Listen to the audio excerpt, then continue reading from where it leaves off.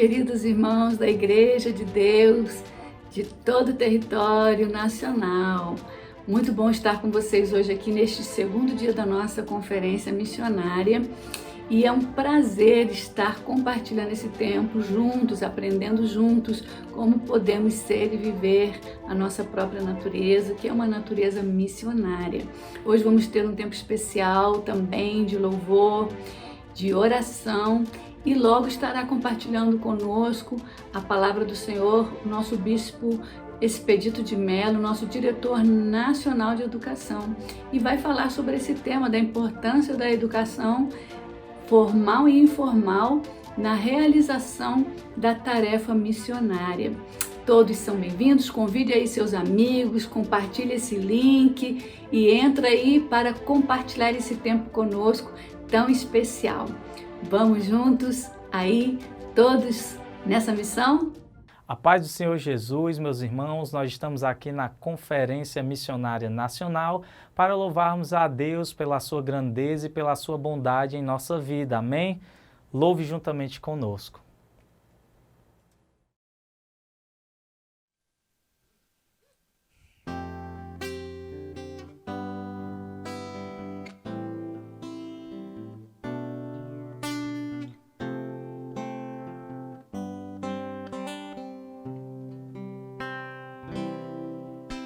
Só pra te adorar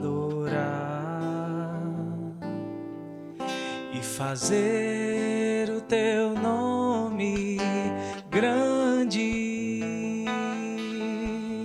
e te dar o louvor que é devido. Estamos nós aqui, Jesus, em tua presença reunimos-nos aqui, contemplamos tua face e rendemos-nos a ti, pois um dia a tua morte trouxe vida a todos nós e nos deu completo acesso ao coração do Pai. E o véu que separava já não separa mais, e a luz que outrora apagada agora brilha e cada dia brilha mais. Só pra te adorar e fazer o teu nome grande, muito grande, e te dar o louvor que é devido. Estamos nós aqui, e o véu que separava já não separa mais, e a luz que outrora apagada agora brilha e cada dia brilha mais. Só pra te adorar, aleluia, e fazer o teu nome grande, muito grande, e te dar o louvor que é devido. Estamos nós aqui, só pra te adorar, aleluia, e fazer o teu nome grande, muito grande, e te dar o louvor que é devido. Estamos nós aqui.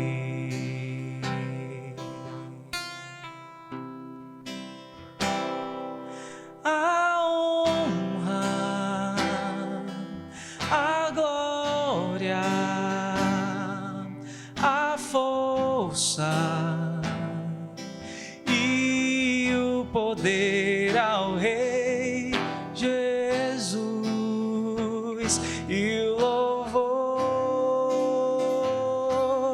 ao Rei Jesus,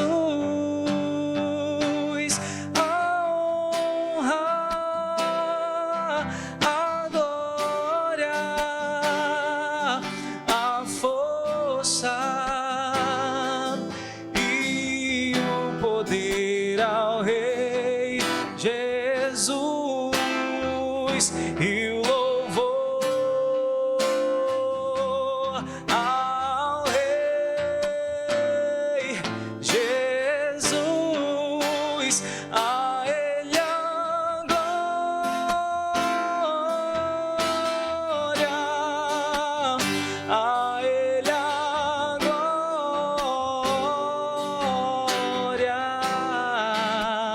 a Ele a glória, pra sempre, amém. Oh, oh, oh. A Ele a glória, a Ele a glória, a Ele a glória, pra sempre, amém.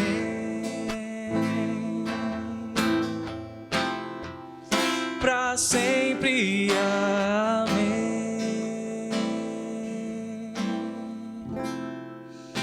Pra sempre, amém.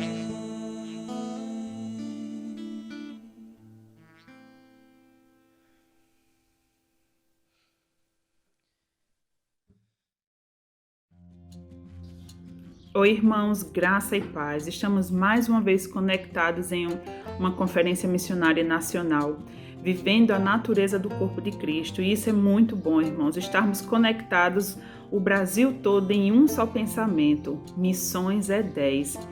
E aí, quando nós pensamos em missões, pensamos em Atos 1:8, né? Receber poder para que o evangelho seja propagado a todas as criaturas, todos os povos, línguas, tribos e nações.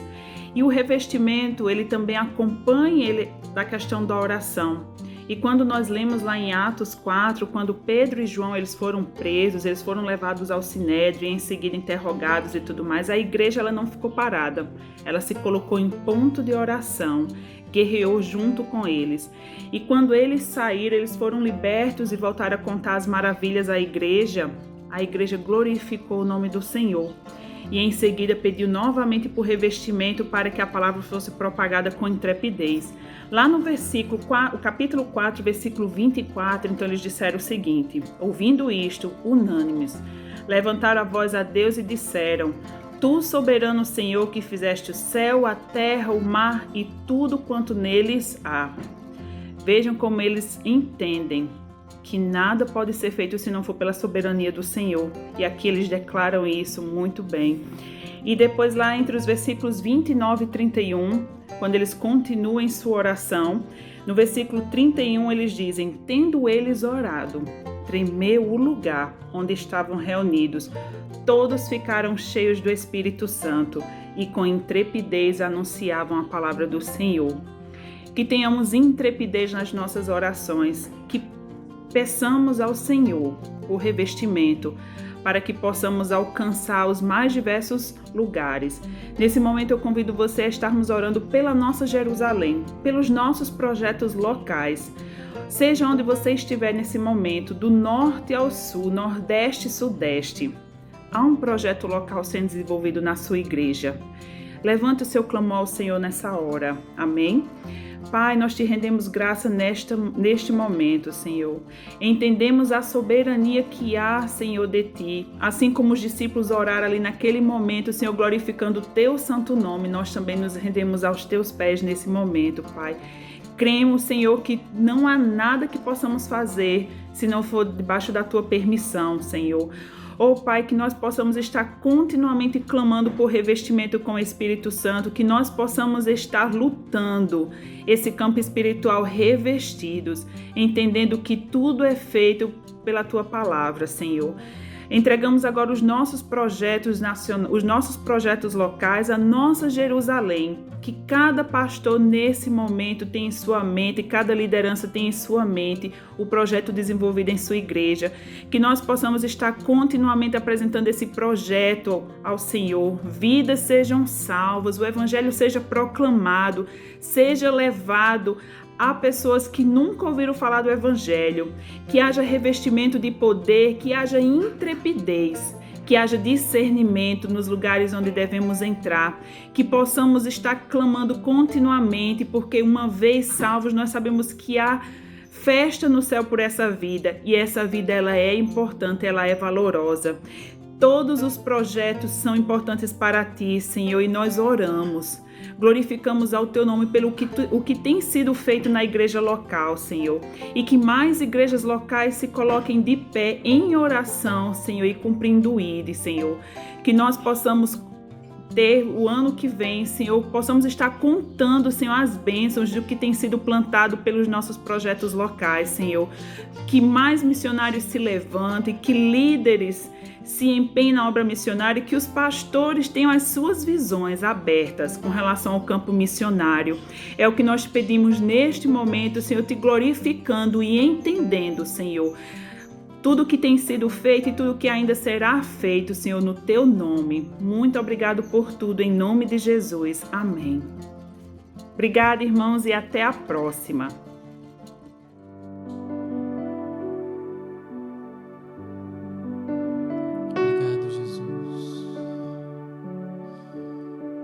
Descansamos em Ti, Senhor.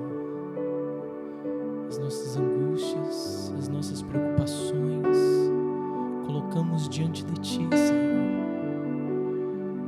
Sabemos, ó Deus, que a Tua volta está próxima, mas até lá, Senhor, nós temos um alívio, nós temos uma segurança em Teus braços, Senhor, em Teus braços. Glórias a Ti, Jesus.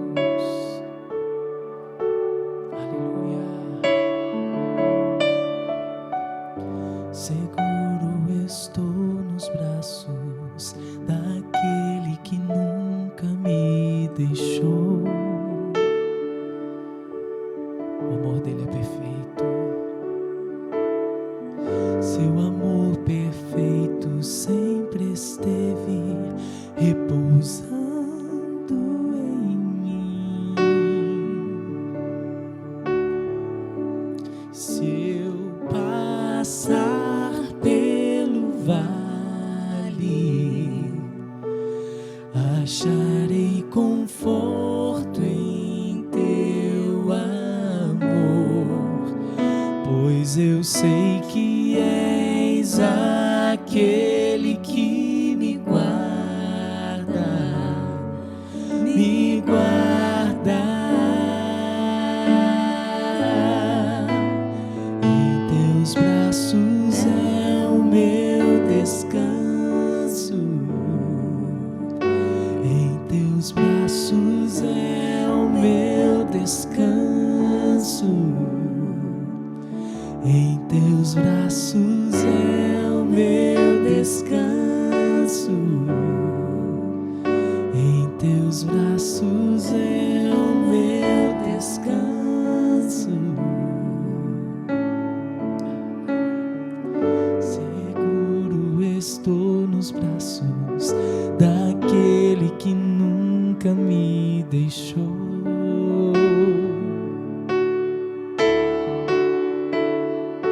Encontre o Senhor, Seu amor perfeito sempre esteve repousando em mim. E se eu passar pelo vale, acharei conforto em Teu amor, pois eu sei que és aquele que me guarda,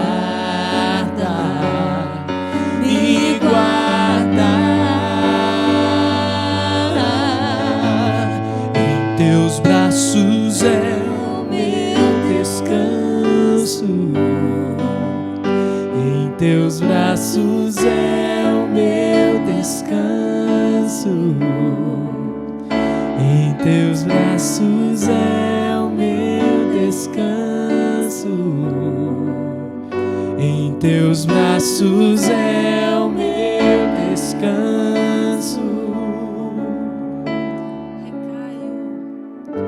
Recaio em tua graça. Aleluia. Recaio de novo em tuas mãos. Recaio em tua graça. Recaio de novo em tuas mãos. Recaio em tua graça. Recaio em tua graça.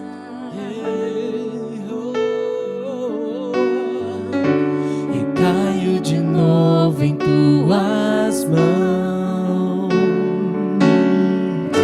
Recaio em tua graça.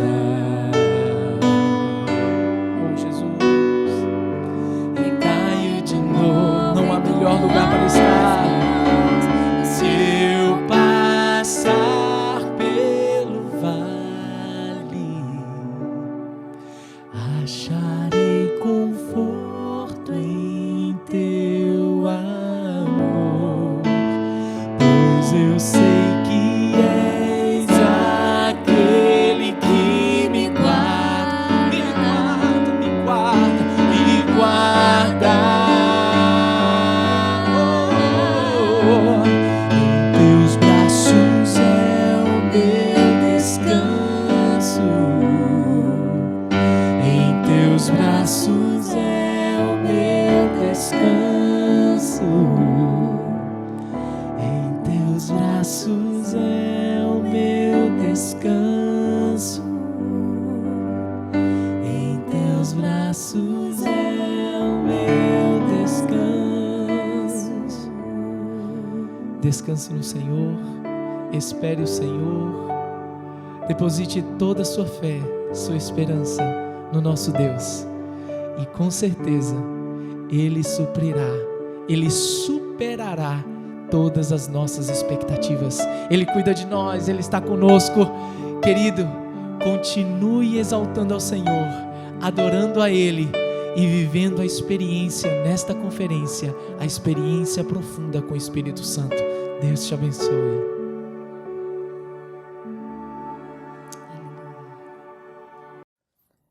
Olá pessoal, uma alegria imensa nessa oportunidade de estar conectado com vocês através desse sistema e nessa conferência missionária da Igreja de Deus no Brasil, que hoje é um referencial e tem sido uma grande bênção para a igreja no seu todo.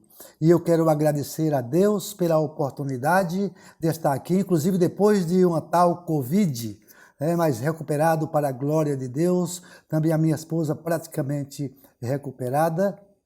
E quero agradecer também a missionária Mariane, que é a nossa diretora nacional de missões, diretora da EME. E quero parabenizar a pastora Mariane pelo trabalho extraordinário, tão bem intencional e tão bem organizado que ela vem fazendo no Departamento de Missões da Igreja de Deus no Brasil. Quero também mandar um abraço muito especial para todos vocês, nossos missionários amados, nossas missionárias amadas, vocês que estão espalhados pelo mundo levando a semente preciosa, e que Deus vos abençoe, abençoe cada um de vocês, abençoe vossos familiares, em nome do Senhor e Salvador Jesus Cristo. Ele diz, a palavra de Deus fala, que o vosso trabalho no Senhor terá uma recompensa. Bem, a palestra, o tema que foi me dado para falar nessa oportunidade é justamente a importância da educação teológica, formal e informal, para a edificação de uma igreja missionária. E quero antes trazer uma rápida definição de o que é uma igreja missionária, ok? para a gente se situar bem, precisamos entender primeiramente o que é uma igreja missionária. O entendimento de igreja missionária está contido na mesma etimologia do termo igreja. E termo que vem da combinação de duas palavras gregas, kaleo, que significa chamados, e ek, que significa para fora. Logo, a palavra grega ekkeleo e a palavra latina ecclesia, que é igreja em português, significa chamados para fora. Então aí está a definição de igreja. E só essa definição já mostra o porquê da igreja, para que a igreja aqui está. Aqui devemos destacar que a palavra era aplicada na democracia ateniense para as pessoas chamadas das suas casas para se reunirem em assembleias na praça, onde tratava dos assuntos políticos e administrativos da cidade de Atena. Por isso também a palavra significa assembleia ou congregação. Entretanto, mais do que na sua etimologia, a ideia de igreja missionária, chamados para fora, é muito clara nos textos que nós aqui apresentaremos. Primeiramente, em Gênesis, capítulo 12, versículo 1 a 3, que fala da chamada de Abraão. Vejam que na chamada de Abraão, quando Deus lhe diz, sai da tua terra, da tua parentela e da casa do teu pai, vai para uma terra que eu te mostrarei. Então, aí nós encontramos a ideia de chamados para fora, sendo que Abraão é o primeiro protótipo da igreja, chamado para uma missão, o primeiro missionário da história de Israel. No Evangelho segundo Mateus, capítulo 28, versículo 19, onde Jesus diz, portanto, ide, ensinai a todas as nações, ou em todas as nações. Também aí encontramos esse significado. Em Marcos, capítulo 16, versículo 15, onde Jesus diz, portanto, ide por todo o mundo e pregai o evangelho a toda criatura, quem crê e for batizado será salvo, quem não crê, porém, será condenado. E ainda em Atos dos Apóstolos, capítulo 1, verso 8, que diz, e sereis minhas testemunhas tanto em Jerusalém, como em toda a Judéia, Samaria e até os confins da terra. Ainda em Lucas capítulo 14, versos 15 a 23, diz que o servo foi enviado pelas ruas da cidade, pelos becos das cidades, valados, caminhos e atalhos. Aí mostra os vários lugares, ricos, pobres, escondidos, desertos, aonde nós precisamos ir para levar as boas novas de salvação. Tudo isso indica que a igreja não é outra, senão uma comunidade peregrina, escatológica e missionária. E mesmo a igreja estando estabelecida em um lugar com endereço físico, com CNPJ, com uma programação estabelecida, ela está convocada, ela está chamada para romper todas essas estruturas e levar a palavra de Deus além das suas quatro paredes, levando assim as boas novas da salvação. Nessa acepção, o Dr. Charles Van Nengen, um dos missiólogos mais conceituados da nossa atualidade, diz que somente quando a igreja se levanta para alcançar o mundo, ela se torna realmente o que é na sua essência, povo missionário, povo de Deus. Povo de Deus, povo missionário. E Emil Brunner, teólogo, Emil Bruni, diz que a igreja só existe por causa da missão, assim como o fogo só existe enquanto queima. Entretanto, queridos e queridas, a pergunta em pauta é: teria a igreja hoje a clara consciência do porquê da sua existência? De por que ela ainda aqui está na Terra? Nessa perspectiva, o teólogo Karl Barth faz as seguintes perguntas. Primeira, até que ponto a igreja existe como uma manifestação da sua real essência? A segunda pergunta que ele faz, no mesmo texto, até que ponto a igreja é de fato o que representa ser? Ele ainda pergunta, até que ponto a igreja é de fato o que aparenta? E, finalmente, ele pergunta, até que ponto ela cumpre o que afirma cumprir e atende à expectativa que suscita? São perguntas que merecem uma profunda reflexão, especialmente para cada pastor local, especialmente para cada líder denominacional e para todos nós, enfim. A verdade cruel, meus amados irmãos, é que um número estarrecedor de igrejas, especialmente nos dias atuais, terminou se perdendo na vaidade do seu paroquialismo e se distanciando do cerne da missão de Deus, do cerne da vontade de Deus. E tudo isso por falta de Bíblia na sua teologia e por falta de teologia na Bíblia. Não resta dúvida que essas igrejas precisam urgentemente voltarem à Bíblia e reencontrarem o seu real significado.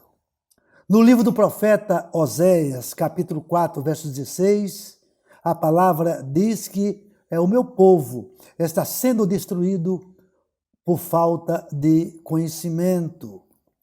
E por isso, ou por essa razão, muitas igrejas continuam dando volta ao seu redor, com muitas programações, com muito ativismo e até com muitos barulhos, com muito barulho. Entretanto, sem produtividade missional. Tem agenda, tem trabalho quase todos os dias, mas quando vai ver o seu resultado missional, praticamente zero, porque não tem uma real visão e não trabalha dentro da perspectiva da missão de Deus, da Missio Dei, como diz na língua latina. Então, nós somos desafiados e convocados a tomar o caminho de volta para construirmos uma teologia que, antes de tudo, leve a descobrir o verdadeiro motivo da existência da igreja.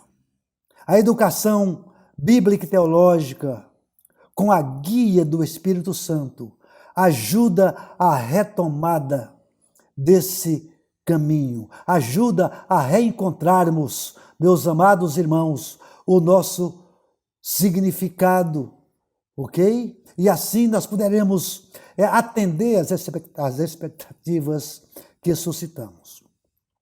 Então, qual é a importância da educação teológica para a formação de uma igreja missionária?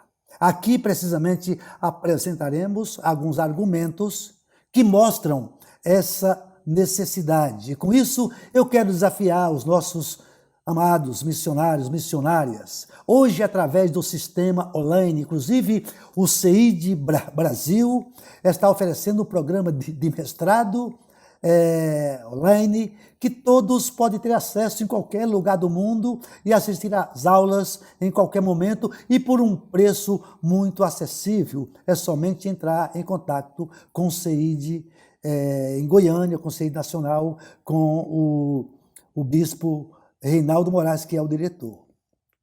porque é inegável a importância da teologia para a missão, como a importância da missão para a teologia, ou na teologia. Pois quando estamos falando de amor de Deus, de pecado, usos e costumes à luz de Deus, à luz do pensamento, das orientações de Deus, quando abordamos qualquer tema da política, da sociologia, da vida pessoal, em relação a Deus, nós estamos discutindo teologia. E tudo isso mostra a importância da teologia. Entretanto, a Bíblia e a teologia, que falam de amor, falam de justiça. E uma coisa está entrelaçada à outra. Como separá-la? Como entendê-las? Para evitar uma superênfase, ou só no amor, como alguns grupos fazem, ou só na justiça de Deus. Só no Deus justiceiro ou só no Deus de amor. A teologia nos mostra esse caminho. E quantos erros nós não temos cometidos? Quantos erros têm sido cometidos no campo da missiologia por falta de uma perspectiva teológica ou precisamente escatológica na missiologia e vice-versa, enfatizando apenas um aspecto ou apenas uma coisa, especialmente quando entramos nas questões culturais. A teologia sem missão é como a teoria sem prática e a fé sem obras. Da mesma forma, a missão sem teologia é como uma viagem sem rumo e sem destino. É necessário que haja teologia na missão e é necessário que haja missão na teologia. Por isso aqui destacaremos a importância da educação teológica na construção de uma igreja missionária. O primeiro ponto que aqui abordaremos: a teologia oferece o verdadeiro conceito de igreja, define a sua missão, traça a sua rota e elabora as suas estratégias. Tudo isso nós encontramos na teologia. Teologia não é só especulação acerca do ser, acerca da Trindade. A teologia abrange todas essas áreas que acabei de mencionar. Aqui, define a missão, traça a sua rota e elabora a sua agenda, ok? Sem falar das técnicas transculturais para os missionários, técnicas, instruções sobre relacionamento, etc.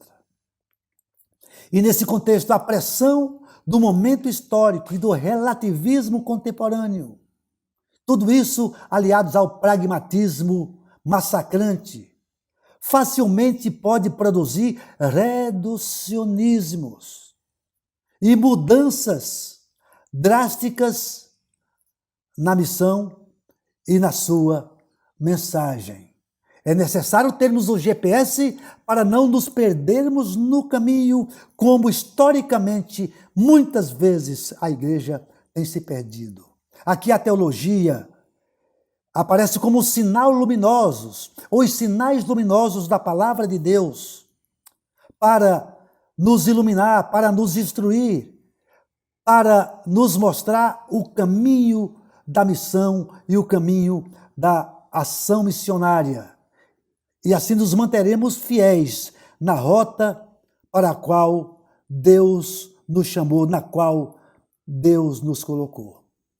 Quantas vezes, em setores da mesma igreja cristã, a missão tem sido reduzida em ajudas humanitárias, em promoções de famílias ou em manutenção, por que não dizer de família, ou em determinadas situações, em determinados aspectos e nas questões financeiras, como a famigerada teologia da prosperidade. É justamente nesse ponto que encontramos uma verdadeira definição para a igreja, como colocamos já em nossa tradução. Missão essa que, mesmo tendo seu aspecto social, não pode ser confundida com uma missão social. Missão essa que, mesmo tendo seu aspecto político, a nossa missão não pode ser confundida com uma missão política. Missão essa que, mesmo tendo a sua agenda em ajudas humanitárias que deve ter, a nossa missão, a missão de Deus, a missão de Cristo, não pode ser confundida ou reduzida a ajudas humanitárias. Se assim fosse, meus amados, teriam muitas organizações fazendo muito mais missões do que nós.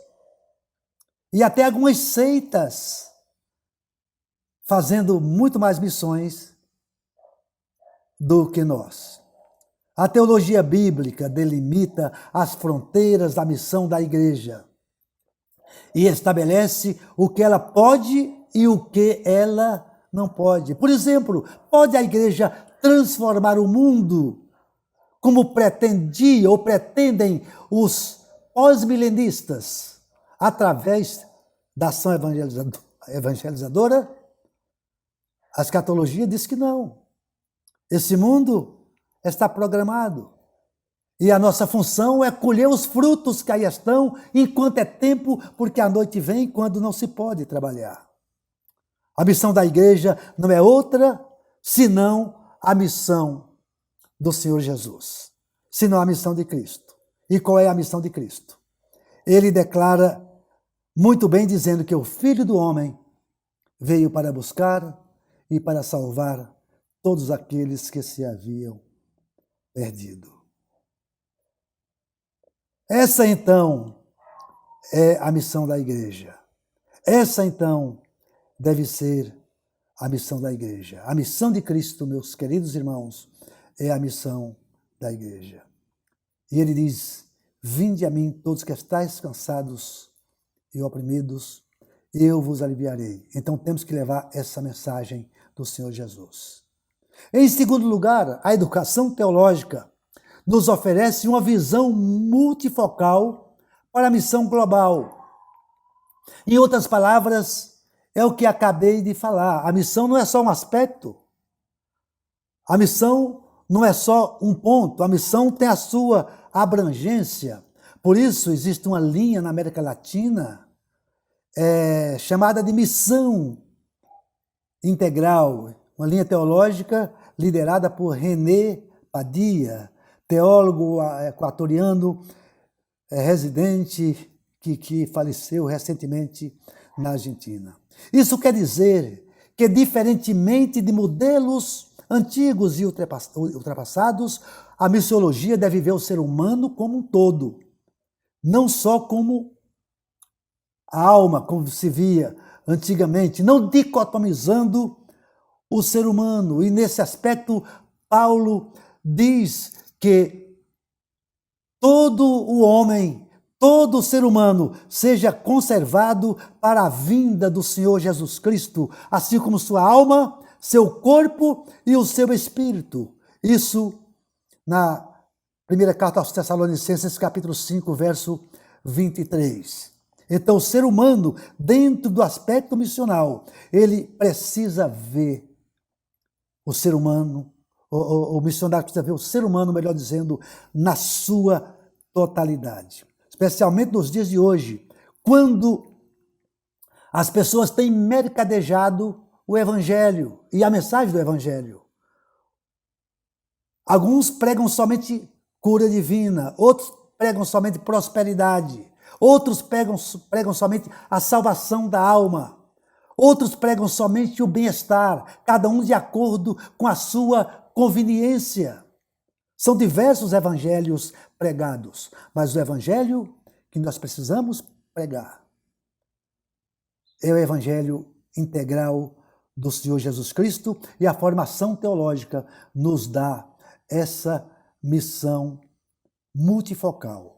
A teologia da missão desenha a igreja como sal da terra, como luz do mundo e como a expressão viva e visível do reino de Deus.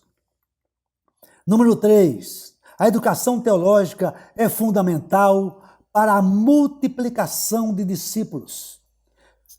O Senhor Jesus, o mestre dos mestres, o Senhor do Senhor, aquele que é responsável por tudo isso que estamos falando, ele começou o seu ministério, ele investiu seus primeiros 3 anos e meio aqui na terra na preparação de discípulos. E não somente ele praticou, mas ele ensinou aos seus discípulos, como já lemos, ide e fazei discípulos. Mateus capítulo 28, versos 19 e 20, Jesus comissiona os seus discípulos a ir e fazerem discípulos em todo o mundo. Assim como Cristo se multiplicou nos seus discípulos exponencialmente, os seus discípulos exponencialmente se multiplicariam em seus discípulos. Em Efésios, na carta aos Efésios 4:12, Paulo diz que os ministros e os ministérios foram dados para a edificação dos santos, para o aperfeiçoamento dos santos, para a construção da obra de Deus, para a edificação da obra de Deus. Então, se querem saber, meus amados, aí está a principal função dos ministros e, por que não dizer, dos missionários, dos pastores, dos teólogos, etc. Em 2 Timóteo, capítulo 2, verso 2, Paulo ensina a mesma estratégia a seu discípulo Timóteo, dizendo: o que de mim aprendeste? Diante de tantas testemunhas, confia ou ensina a homens fiéis, que por sua vez também confia a homens fiéis e idôneos. Então aí está o processo, justamente nesse ponto está o cerne da maior estratégia para a missão. A multiplicação de discípulos por meio do ensino. O que leva, como já colocamos aqui, um crescimento exponencial. Número 4, a educação teológica oferece a sustentabilidade ou a sustentação do produto do missionário. Aqui falamos diretamente sobre sustentabilidade, sobre sustentação, um tema muito atual e muito comum nos dias que vivemos. Crescimento sustentável, expansão sustentável, que não é aquela expansão, aquele crescimento que hoje cresce e amanhã decresce, amanhã acaba. Uma obra sem sustentabilidade é uma obra que não se sustenta, que não permanece diante das adversidades.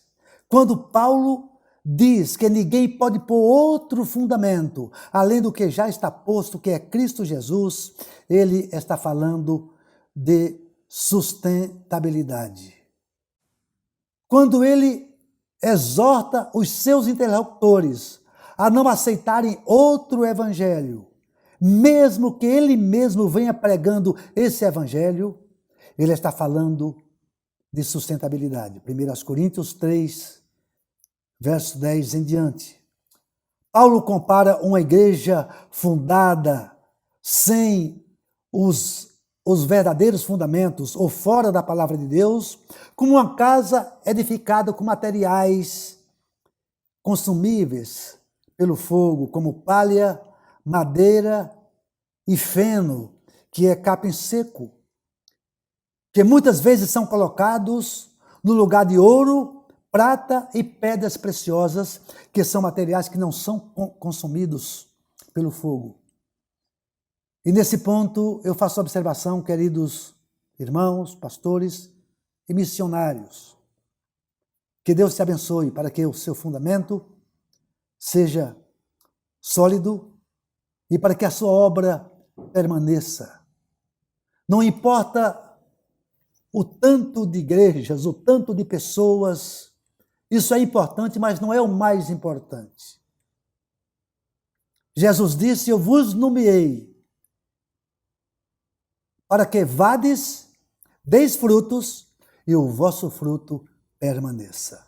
É necessário que os nossos frutos permaneçam para a honra e para a glória do Senhor Jesus. O fogo aqui representa as provas pelas quais toda obra do pastor, do líder cristão e do missionário vai passar um dia.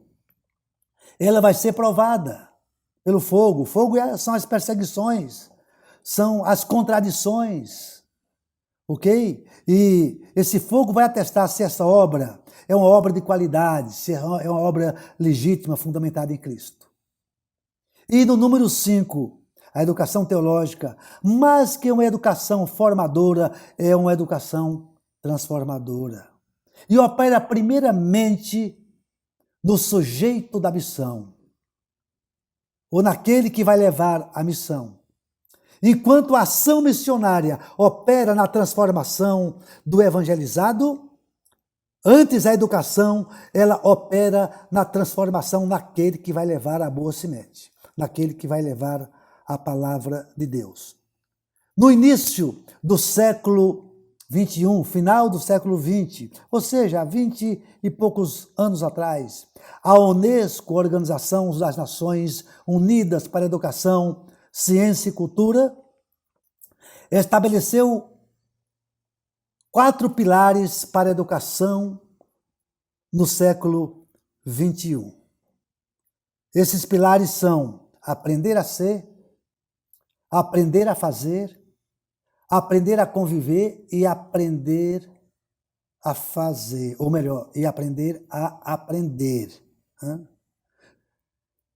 Aqui nós não vamos entrar nos méritos da Unesco, dessas organizações, até porque muitas hoje estão totalmente contaminadas ideologicamente. Entretanto, uma observação que eu faço aqui é que esses 4 pilares que a Unesco estabeleceu para a educação estão aproximadamente alinhados com a perspectiva bíblica para a formação do indivíduo. Aprender a ser, aprender a fazer, aprender a conviver e aprender a aprender, ou continuar aprendendo. Lamentamos profundamente que hoje um grande número de escolas bíblicas, faculdades, universidades e seminários estão muito mais focados no fazer do que no ser. Por isso há uma supervalorização dos carismas e dos talentos em lugar do caráter. Não que os carismas e os talentos não sejam importantes. Entretanto, talento e carisma sem caráter não leva a missão de Deus a lugar nenhum. A educação teológica é com especialidade uma educação transformadora. E falando da Bíblia e da teologia, muito mais ainda, ela é 100% transformadora. Não tem como você se deparar seriamente, com humildade, diante da palavra de Deus, para estudá-la, e você não ter transformado, ok? É necessário que primeiro nós nos alimentemos com o alimento que vamos oferecer para as pessoas, para não cairmos no adágio que diz: médico, cura-te a ti mesmo. Teólogo Calbart, aqui eu cito ele mais uma vez, ele fala que teologia é contemplação. Ele diz que quando estamos fazendo reflexão teológica, estamos fazendo uma contemplação, e nessa contemplação nós ficamos pasmados, admirados com a beleza e com a grandeza de Deus. E nessa contemplação nós somos transformados. Possivelmente Calbart buscou isso na teologia de Moisés e na teologia paulina. Porque quando Moisés estava lá no monte, em contato com Deus, falando frente a frente, face a face com Deus.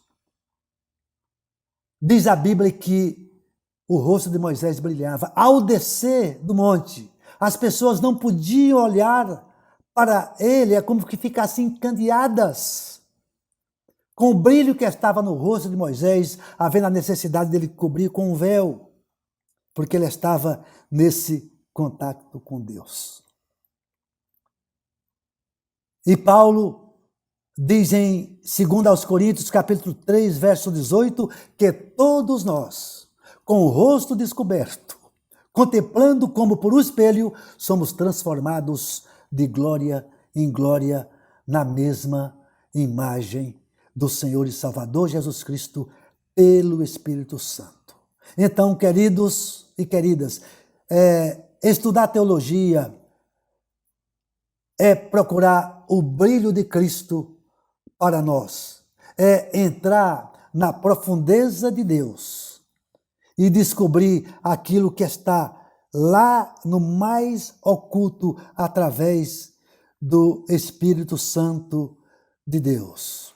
Finalmente, meus queridos irmãos, amigos e amigas, estudar teologia é procurar entender todas as coisas no mundo, especialmente o mundo ao nosso redor, à luz da vontade de Deus, para imediatamente transmitir essa vontade de Deus ao mundo, ok? E Paulo, nessa conclusão, diz em sua segunda carta a Timóteo, capítulo 3, versículos 16 e 17, toda Escritura é divinamente inspirada e proveitosa para o ensino, para o argumento, para a correção e para instruir, para que o homem de Deus seja perfeitamente habilitado para toda boa obra. Aqui eu deixo o meu desafio para vocês. Continue fazendo o trabalho que estão fazendo, porque a recompensa vem de Deus. Continue se preparando o melhor que pode, especialmente quem está no campo missionário. Precisa ter um preparo a mais para entender, porque precisamos entender as culturas, os contextos, para, numa contextualização bíblica, aplicar a palavra de Deus. Um abraço muito cordial para vocês e que Deus os abençoe de uma maneira rica e abundante. Um abraço e um beijão no coração de todos. Obrigado. Chegamos ao final de mais um dia da nossa conferência. Que coisa boa, hein? Como estamos aprendendo e estamos nos integrando também aí com diferentes áreas do nosso Brasil. Amanhã continua, amanhã tem bate-papo com as nossas missionárias. Fica ligado, vai ser online, ao vivo, essa conversa que vamos ter com as nossas missionárias, saber como elas estão, como elas têm trabalhado, os desafios que elas têm enfrentado durante esse tempo de pandemia. Então, amanhã nos vemos aqui nesses mesmos canais, juntos, para aprender e crescer mais a respeito da missão. Fiquem na paz do Senhor e tenham todos uma boa noite.